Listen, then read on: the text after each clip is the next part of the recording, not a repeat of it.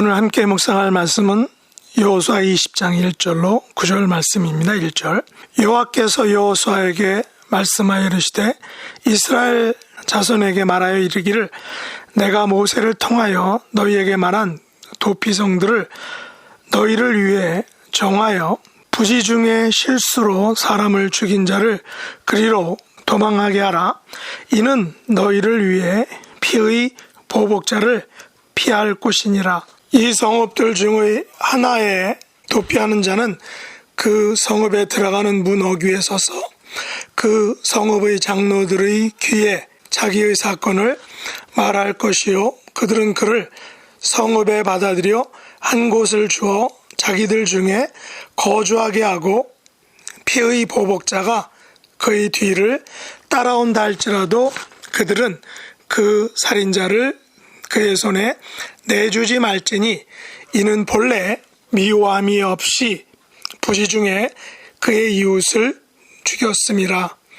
그 살인자는 회중 앞에 서서 재판을 받기까지 또는 그 당시 대제사장이 죽기까지 그 성읍에 거주하다가 그 후에 그 살인자는 그 성읍 곧 자기가 도망하여 나온 자기 성읍 자기 집으로 돌아갈지니라 하라 하시니라. 이에 그들이 납달리의 산지 갈릴리 게데스와 에브라임 산지의 세겜과 유다 산지의 기럇 아르바 곧 헤브론과 여리고 동쪽 요단 저쪽 르우벤 지파 중에서 평지 광야의 베셀과 갓 지파 중에서 길랏 라못과 므낫세 지파 중에서 바산 골란을 구별하였으니 이는 곧 이스라엘 모든 자손과 그들 중에 거류하는 거류민을 위하여 선정된 성읍들로서 누구든지 부지 중에 살인한 자가 그리로 도망하여 그가 회중 앞에 설 때까지 피의 보복자의 손에 죽지 아니하게 하기 위함이라. 아멘. 오늘 말씀의 제목은 부지 중의 실수를 위한 하나님의 안전장치입니다. 여호수아 20장은 이스라엘의 도피성 제도에 관한 말씀입니다. 여호수아는 12지파에 대한 기업 분배를 모두 마치고 마지막으로 도피성 제도에 관한 말씀을 이스라엘 자손에게 다시 한번 언급하고 있습니다. 어떻게 보면 사람을 죽인 자를 도피시키는 살인 방조에 가까운 조치처럼 보입니다. 그러나 좀 더 깊이 생각해보면 하나님께서 세우신 도피성 제도는 인간의 조급성과 인간 제도의 불완전성에 대한 하나님의 긴급조치 혹은 안전장치인 것입니다.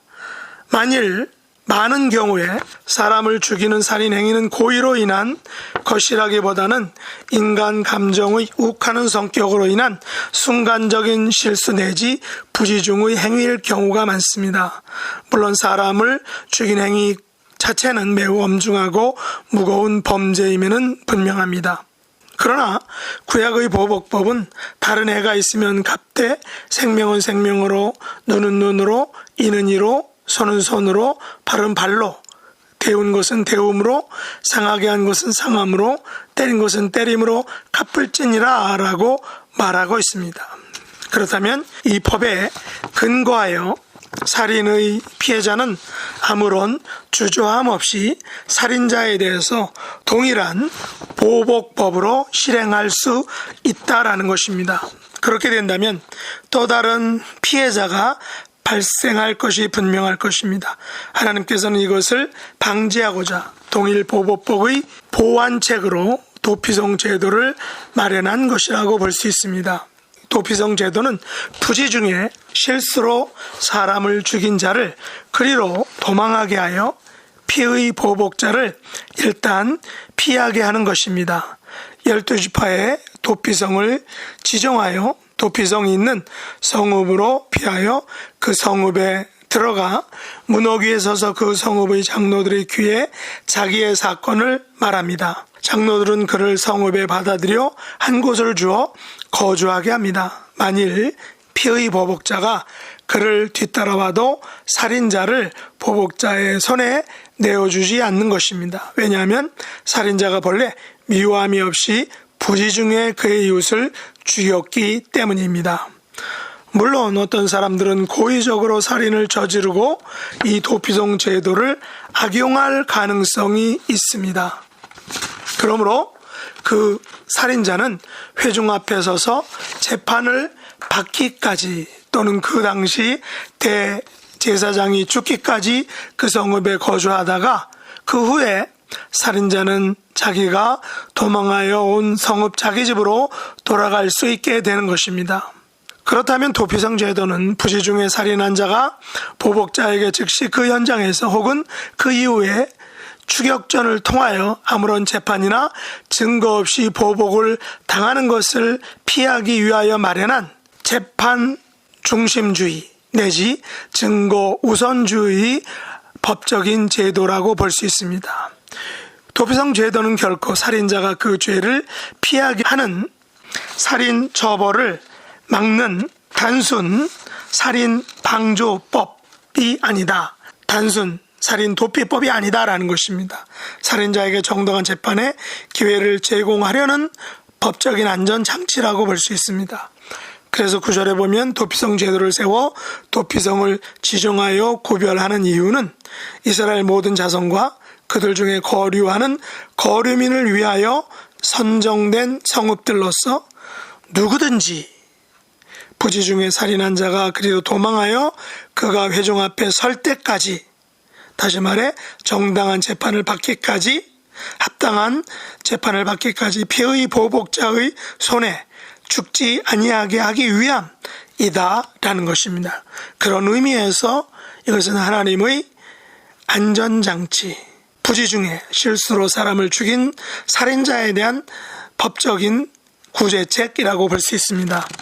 오늘날 사법제도에서 삼심제도가 있는 이유도 한 번의 재판을 통해 죄를 급하게 가려 처벌하는 것보다 3번에 걸쳐 재판의 철저성과 정확성을 기해서 살인자나 보복자 모두에게 합당한 재판의 결과를 내기 위한 것임을 우리가 알 수 있습니다.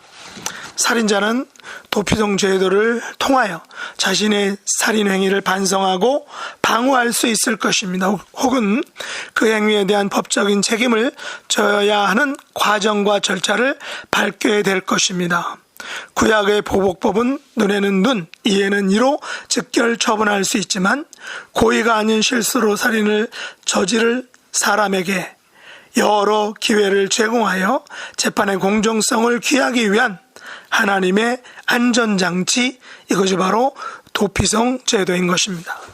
물론 오늘날 사법제도가 구약시대나 신약시대보다 더 발전했을지라도 어떤 사람들은 이 법적인 제도를 악용하여 살인죄를 짓고서도 무죄로 풀려나는 것을 봅니다. 그래서 무전유죄, 유전무죄라는 말이 있을 정도로 안타까운 일들이 세상에는 많이 있습니다. 그럼에도 불구하고 도피성 제도는 하나님께서 인간의 생명을 얼마나 귀하게 여기시는지를 눈으로 보여주는 하나의 증거, 사인이라 할 수 있습니다.